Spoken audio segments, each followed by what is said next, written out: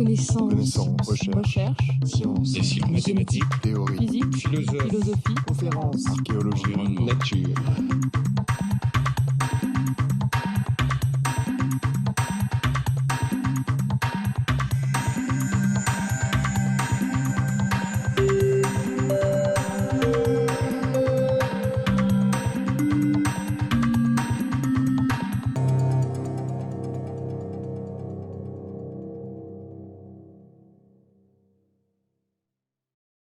Bonjour, c'est pour moi à la fois un plaisir et un honneur d'intervenir ici au Collège de France dans le cadre de ce colloque sur un sujet qui est particulièrement important, pour lequel les thèmes de démographie qui ont été traités plus précisément hier jouent un rôle extrêmement important dans le domaine de l'énergie, mais aussi l'énergie a un impact très important sur le développement économique mondial. Alors, j'interviens en tant que président de l'IFP. L'IFP est un établissement public au service de recherche et de formation, au service d'enjeux sociétaux majeurs, l'énergie, le transport et l'environnement. Et donc, ce sont des éléments qui sont tout à fait clés sur les débats qui nous réunissent aujourd'hui. Alors, l'énergie est revenue ces dernières années au premier plan des préoccupations des décideurs, avec un certain nombre de questions fondamentales qui se posent.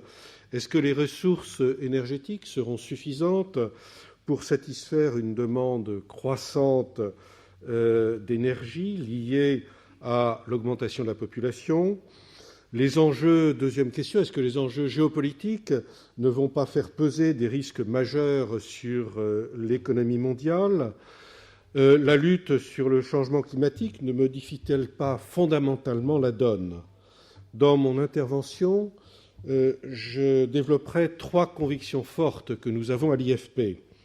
La première, c'est que les défis énergie-environnement sont considérables et il n'y a pas de panacée qui permettra de résoudre tous ces problèmes. Le deuxième thème que je développerai, c'est qu'il est indispensable de s'engager dès maintenant vers un système énergétique qui soit moins carboné. Et enfin, la technologie apportera son lot de solutions à l'ensemble de ces défis. Les 3 défis majeurs du secteur énergétique sont d'abord lié à la croissance de la demande mondiale. Cette croissance de la demande mondiale, elle est tirée inexorablement par la croissance de la population et la croissance du niveau de vie des pays émergents. La population indienne va continuer à augmenter, le niveau de vie de la population chinoise, de la population indienne, de tous les pays en développement, va continuer à augmenter, ça aura un impact évident, immédiat, sur la demande d'énergie mondiale, comme on l'a déjà constaté depuis le début de cette décennie. Deuxième défi, le défi climatique, le défi du changement climatique. En effet, l'énergie est responsable des 2/3 des émissions de gaz à effet de serre. Et aujourd'hui, on ne peut plus parler d'énergie sans parler d'environnement, et on ne peut plus parler d'environnement sans parler d'énergie. Le troisième défi est lié au caractère par nature non renouvelable des sources d'énergie fossiles. Or, les énergies fossiles représentent aujourd'hui 80% de l'approvisionnement énergétique mondial et les experts considèrent que compte tenu de l'inertie du secteur énergétique, les énergies fossiles continueront encore à représenter un pourcentage à peu près équivalent d'ici 2 ou 3 décennies. Or, par nature, les énergies fossiles ne sont pas renouvelables, sauf à des échéances de quelques centaines de millions d'années, et ceci pose la question du caractère durable du système énergétique actuel, qui repose donc à 80% sur les ressources fossiles. Le système énergétique se caractérise par une grande rigidité et par une corrélation extrêmement forte de la demande d'énergie avec l'activité économique. Au niveau mondial, on ne peut pas rêver d'une croissance économique qui ne s'accompagne pas d'une façon ou d'une autre par une croissance énergétique, une croissance de la consommation d'énergie. C'est ce que je figure sur ce graphique, dans lequel on a chaque point représente à la fois le produit, disons l'activité économique mondiale, le GDP mondial, et pour l'année donnée, et la consommation d'énergie pour cette année donnée, à la fois la consommation d'électricité ou la consommation de pétrole dans les transports, ou ici c'est en énergie primaire la consommation d'énergie pour produire de l'électricité. Et on voit, et de façon tout à fait évidente, qu'il y a une corrélation extrêmement forte entre la demande d'énergie pour le secteur de l'électricité, pour le secteur transport, et la richesse. On voit sur ce graphique commence en 1971 et se termine en 1997. On voit ici les chocs pétroliers, c'est-à-dire que la croissance économique a été ralentie à l'occasion du premier ou du deuxième choc pétrolier. La demande d'énergie a continué, mais elle a ralenti au rythme de l'activité économique. Ce graphe est quand même particulièrement frappant car ce lien entre demande d'énergie et pour spécialement le secteur de l'électricité, pour la consommation d'électricité et la consommation de transport, donc ce lien est resté le même, bien que depuis 1971, on ait connu des changements absolument majeurs sur la scène économique et sur la scène énergétique mondiale, avec les deux chocs pétroliers, le contre-choc pétrolier, la chute du mur de Berlin, la crise économique asiatique. Ainsi, sur longue période, on estime que lorsque l'activité économique croît au niveau mondial croît de 1%, la demande d'énergie augmente de 0,7%. La croissance inéluctable de la population mondiale et du niveau de vie implique donc une augmentation de la consommation énergétique mondiale. Je reprends ici un scénario qui est le scénario de référence qui a été développé par l'Agence internationale de l'énergie dans son dernier rapport, le World Energy Outlook 2008. Ce scénario présente l'évolution de la consommation d'énergie depuis 1971 à 2006, les dernières statistiques connues, avec les projections pour 2015 et 2030. Et on retrouve ici ce que je disais tout à l'heure, c'est-à-dire la part d'énergie fossile, c'est-à-dire le charbon, le pétrole et le gaz naturel, qui représentent de l'ordre de 80%, chiffre qui ne change pas beaucoup, comme vous le voyez ici sur ce graphique, en 2030. Ainsi, la demande d'énergie devrait continuer à croître de l'ordre de 1,6% par an en moyenne entre 2006 et 2030. Le pétrole reste, comme vous le voyez sur ce graphique, l'énergie dominante. Cependant, le charbon connaît un taux de croissance significatif, en particulier pour la production d'électricité. Et en valeur absolue, la consommation de charbon augmente plus dans cette projection que toutes les autres énergies. En haut, vous voyez le nucléaire, les renouvelables et la biomasse et les déchets. Vous voyez que malgré les politiques qui ont été mises en place, la contribution des énergies renouvelables hors hydroélectricité la part n'augmente que de 11% aujourd'hui à 12% demain. Cette demande, comme j'ai déjà indiqué, est tirée très largement par les pays émergents, par les pays en développement et non plus par les pays de l'OCDE. Et on assiste à une modification fondamentale de la géopolitique de l'énergie au niveau mondial.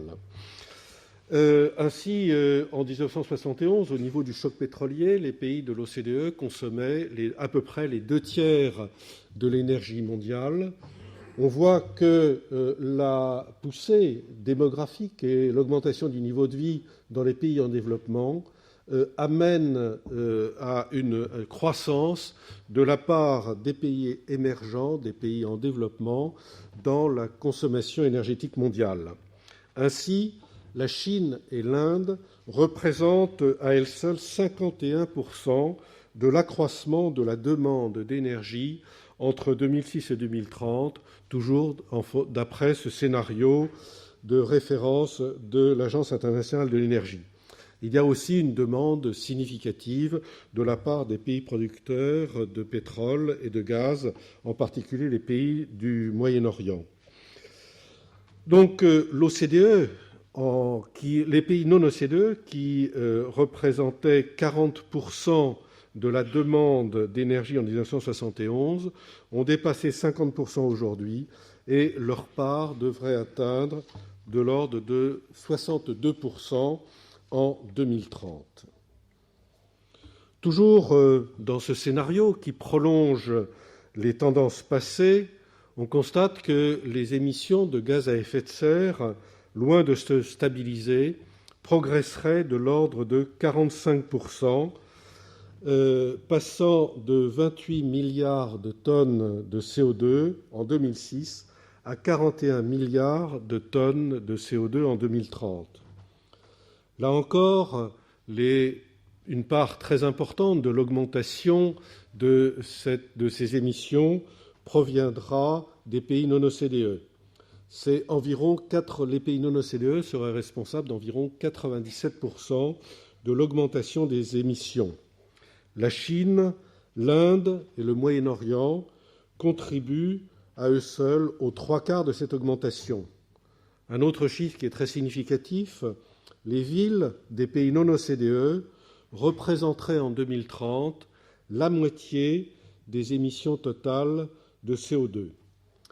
Comme vous voyez sur ce graphique, la mise en œuvre de politiques adaptées dans les pays de l'OCDE permet de faire plafonner les émissions des pays de l'OCDE environ en 2020, et les émissions devraient commencer à diminuer après cette date. Si l'on veut, en 2050, diviser par 2 les émissions de gaz à effet de serre, cette division par 2, c'est le chiffre qui a été retenu au niveau des instances internationales de façon à éviter une augmentation du taux de CO2 dans l'atmosphère de les fameux 450 ppm. Et ce chiffre, cette réduction par 2 au niveau mondial, est cohérente avec l'autre chiffre que l'on cite au niveau des pays de l'OCDE, qui est une division par 4 des émissions de CO2. Si on veut donc diviser par 2 en 2050 ces émissions de CO2, il est indispensable de s'engager dès maintenant dans une transition vers un système énergétique durable et moins carboné. Et ceci passera par une modification en profondeur du mix énergétique, mais aussi un changement de comportement majeur au niveau des pays, de l'ensemble des consommateurs. Les énergies fossiles représentent 80% de la demande et ce chiffre, comme je l'ai dit, ne devrait pas diminuer sensiblement compte tenu de l'inertie du système énergétique. Il faut se rappeler qu'une centrale électrique que l'on construit aujourd'hui est amenée à continuer à produire de l'électricité pendant 40 ans. Or, vous savez peut-être qu'en Chine se construit environ une centrale à charbon de 500 MW toutes les semaines. Ces centrales à charbon de 500 MW seront amenées à fonctionner encore à peu près en 2050. D'autre part, il n'existe pas à ce jour de substitut massif pour les énergies fossiles pour un certain nombre d'usages. C'est en particulier le cas des produits pétroliers pour le transport. En effet, aujourd'hui, 97% de la consommation d'énergie du secteur transport au niveau mondial est assurée par les produits pétroliers. Et dans les 3% restants, on prend en compte notamment l'électricité pour le transport ferroviaire, pour le TGV par exemple. Ainsi, le caractère non renouvelable des énergies fossiles est une préoccupation et on est amené à se poser la question de savoir s'il y aura assez de réserves de pétrole et de gaz et de charbon de façon à pouvoir satisfaire cette croissance économique et à permettre d'avoir suffisamment de temps pour assurer cette transition énergétique vers un monde moins carboné qui est indispensable. On a vu réapparaître ces dernières années un débat malthusien sur les ressources en hydrocarbures. S'il est clair que par nature, les ressources en hydrocarbures, les ressources en énergie fossile sont finies, on peut affirmer que les ressources disponibles aujourd'hui sont largement suffisantes pour satisfaire la demande d'énergie pour quelques dizaines d'années. Les réserves prouvées de gaz et de pétrole sont aujourd'hui d'un montant équivalent. Vous voyez que le montant des réserves au cours du temps, des réserves de pétrole et de gaz naturel, au cours du temps, ont augmenté de façon significative, malgré la consommation très importante de pétrole et de gaz que l'on a constatée depuis 1971. Aujourd'hui, le montant des réserves de pétrole et de gaz représente respectivement 40 ans et 60 ans de réserve au rythme de consommation actuel. Je cite assez souvent le chiffre des réserves que l'on estimait en 1973, lors du premier choc pétrolier. On estimait que les réserves de pétrole qui étaient disponibles représentaient de l'ordre de 30 ans de la consommation pétrolière de l'époque.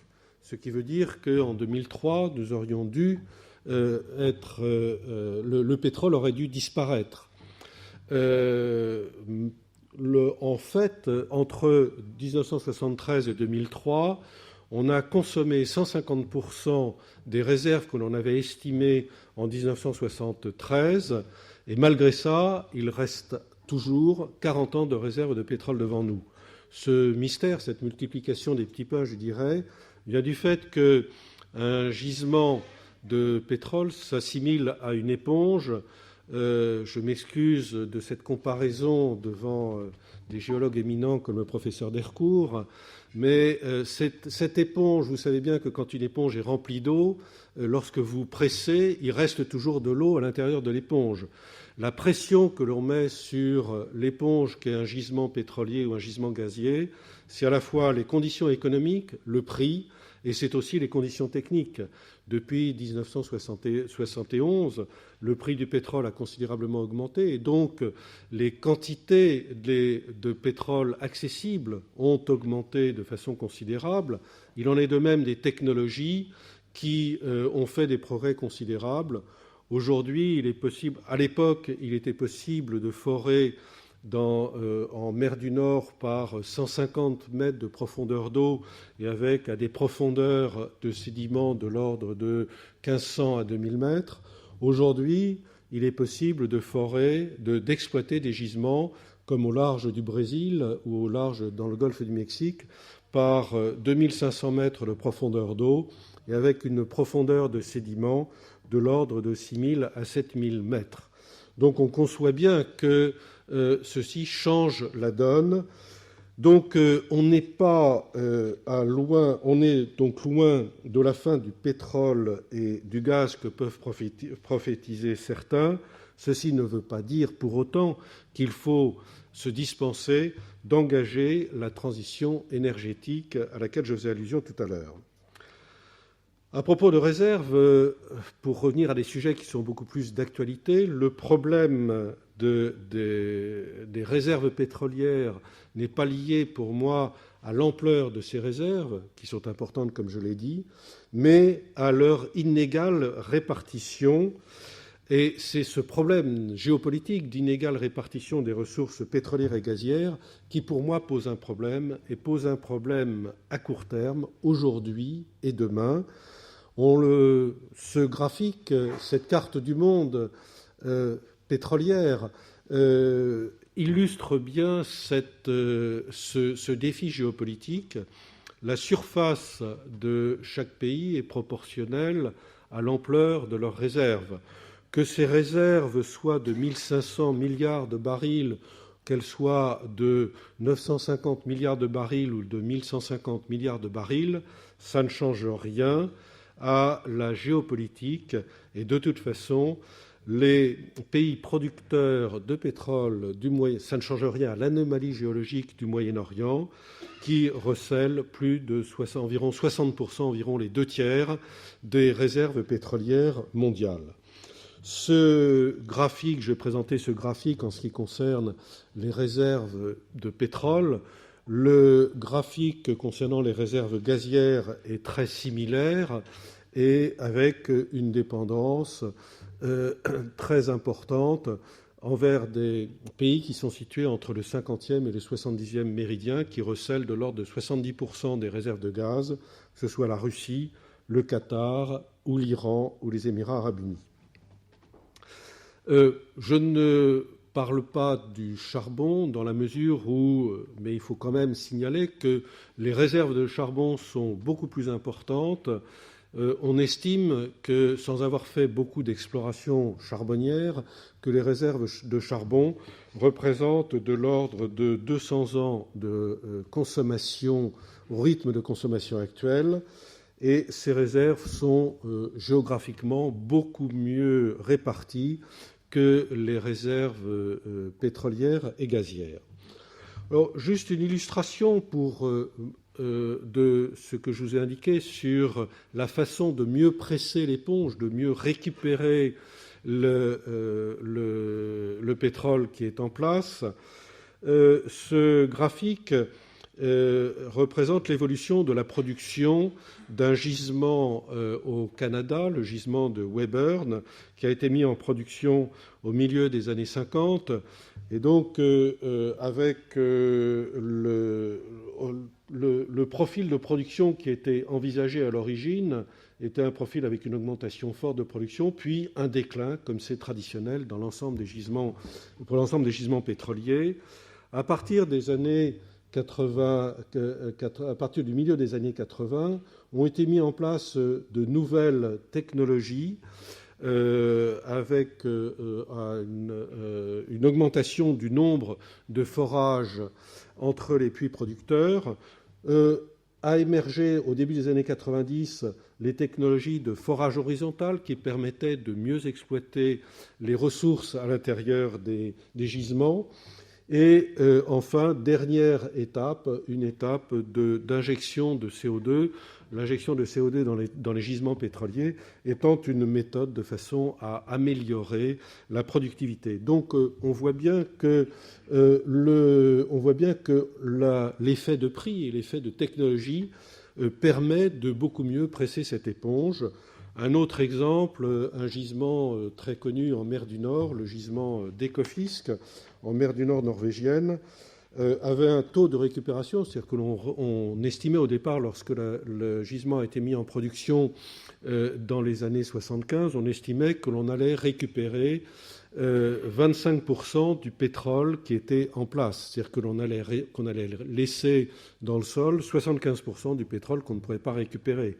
Aujourd'hui, grâce à l'amélioration des technologies de production, le taux de récupération estimé avoisine les 70%.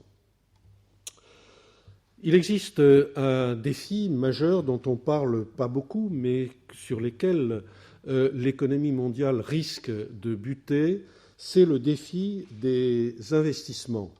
En effet, il existe des ressources, mais encore faut-il investir massivement pour produire cette énergie, pour la transporter, pour la transformer et pour la mettre à la disposition du consommateur final. Et là encore, je m'appuie sur les études de l'Agence internationale de l'énergie qui estime que plus de 1 000 milliards d'investissements seront nécessaires pour satisfaire la demande d'énergie d'ici 2030.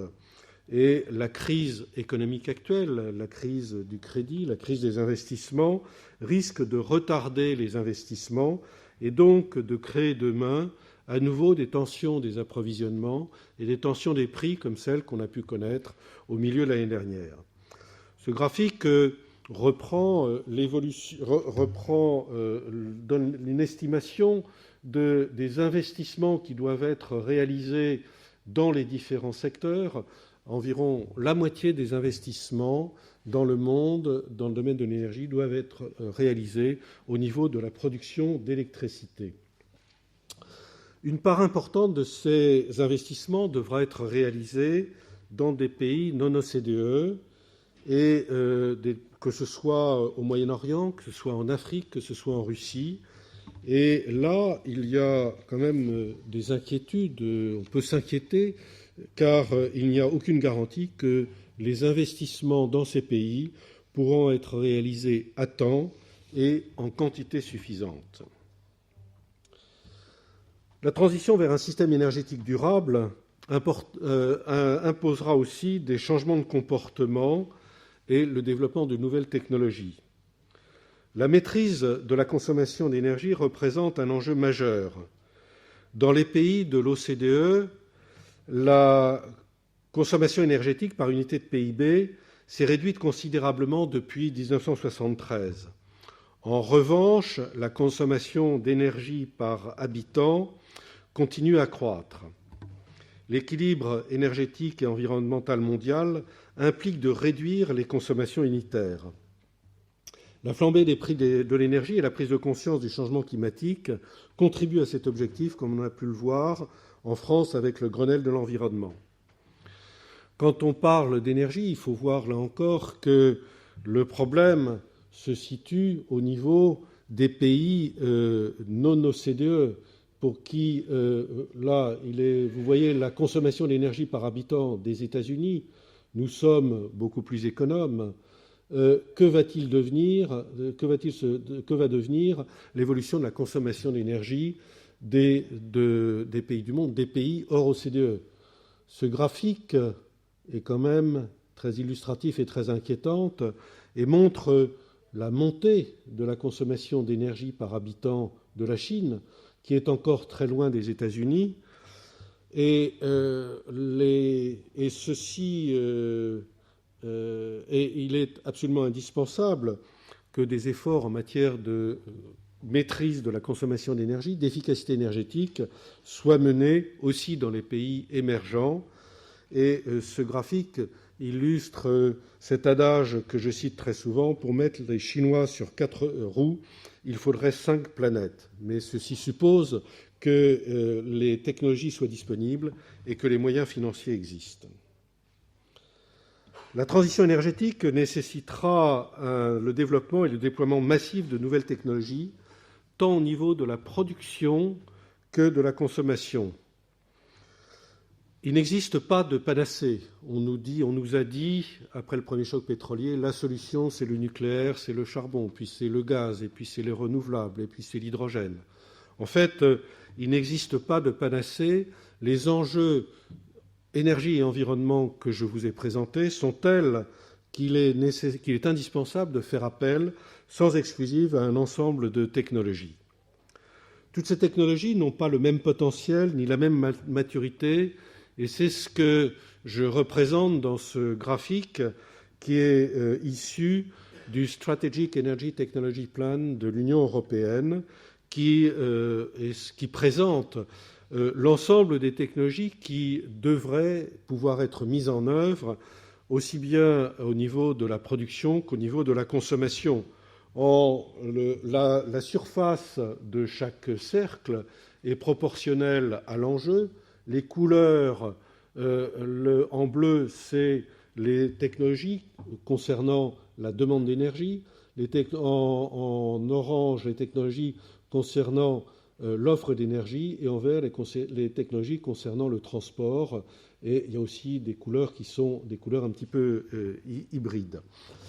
Dans ce graphique, on prend en compte l'horizon de temps, c'est-à-dire que toutes ces technologies ne sont pas au même niveau de maturité. Certaines sont disponibles immédiatement, d'autres ne pourront être disponibles, comme par exemple la fusion nucléaire, que dans des horizons lointains. La mise en œuvre de ces diverses technologies se heurte aussi à des problèmes, et c'est ce qui est représenté ici en ordonnée. Il est clair que l'efficacité énergétique représente un enjeu majeur, en particulier pour le logement, un enjeu majeur aussi dans le secteur du transport. Il est satisfaisant de voir que, en ce qui concerne l'industrie française, l'industrie française est bien positionnée de façon à pouvoir jouer un rôle afin de satisfaire cette demande. Le nucléaire aussi représente un enjeu majeur avec une activité des entreprises françaises particulièrement remarquable, mais le développement du nucléaire se heurte au niveau mondial à un certain nombre de difficultés, en particulier des difficultés concernant l'acceptabilité par l'opinion publique. Je signalerai dans le domaine des transports les biocarburants qui ne méritent ni cet excès d'honneur il y a 3 ans, ni cette indignité aujourd'hui. Les biocarburants représentent, aussi bien les biocarburants de première génération que de deuxième génération, représentent un enjeu qui peut être très important afin de diversifier les sources d'approvisionnement dans le secteur transport.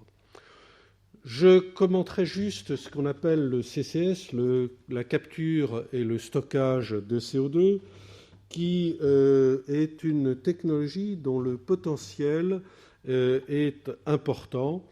Cette technologie consiste à capter le CO2 là où il est émis de façon la plus concentrée, par exemple dans les fumées des centrales électriques à charbon ou dans les usines, par exemple la sidérurgie, les cimenteries. Ce CO2 est capté, il est ensuite transporté, il est stocké dans des horizons géologiques profonds. Ce sont des technologies qui sont classiques dans le secteur pétrolier. Le captage du CO2, c'est tout simplement du traitement de gaz. Le transport de gaz acide est une technologie qui est très connue et qui est répandue. Et le stockage de CO2 et l'injection de CO2 dans des horizons géologiques profonds est une technologie qui est connue, que ce soit injection de gaz dans des gisements pétroliers ou injection de gaz pour des stockages de gaz naturel dans les aquifères. Ce sont des technologies donc, qui sont disponibles, qui se heurtent, qui ont un potentiel important, et j'y reviendrai pour la slide suivante, qui se heurtent, et c'est pour ça que ce cercle se situe un petit peu plus haut dans le graphique, car il se heurte à 2 problèmes. Des problèmes de coût d'abord. Le coût, les technologies sont disponibles, mais les technologies sont trop chères, et par rapport à ce que l'on peut estimer comme coût du CO2 dans les 10 ou 15 ans qui viennent. Par ailleurs, ces technologies se heurtent aussi au complexe du NIMBY, Not in my backyard. Personne ne veut avoir un stockage de déchets radioactifs sous ses pieds, personne ne veut avoir un stockage de CO2 ou un stockage de déchets aussi sous ses pieds.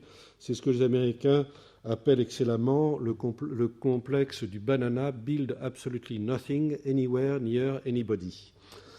Donc, le CCS est une technologie sur laquelle, nous travaillons à l'IFP sur un bon nombre de ces technologies. C'est une technologie à laquelle nous croyons et qui devrait se développer dans les années à venir. Alors, une autre façon de montrer les défis, comment résoudre les défis technologiques de la réduction d'un facteur 2 des émissions de CO2, c'est ce graphique que j'ai emprunté à l'Agence internationale de l'énergie, reprend ici l'évolution des émissions de CO2 suivant, à échéance de 2050, suivant le baseline scénario, c'est-à-dire le scénario de référence qui conduit à une augmentation considérable des émissions de CO2.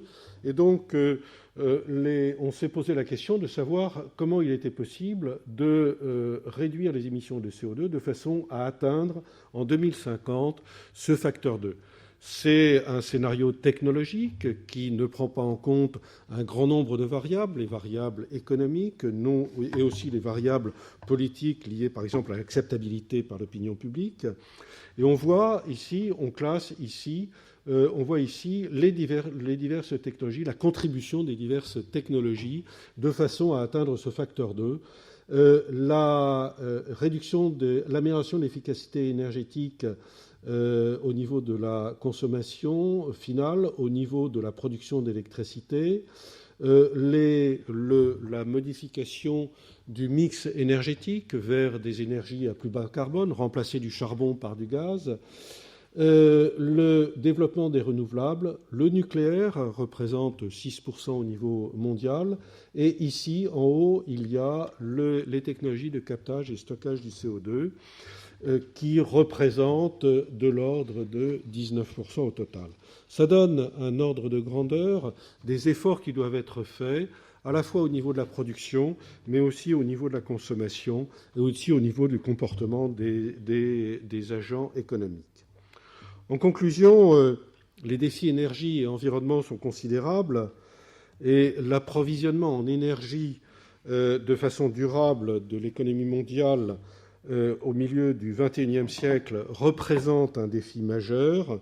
Ça suppose de s'engager au plus tôt vers une transition énergétique, vers un système énergétique moins carboné, permettant pour autant d'assurer une croissance économique suffisante pour une population mondiale qui ira croissante avec un niveau de vie croissant.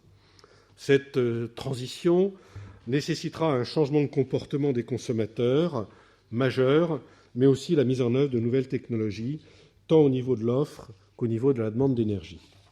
Je vous remercie et je reste à votre disposition pour répondre aux questions que vous pourriez avoir.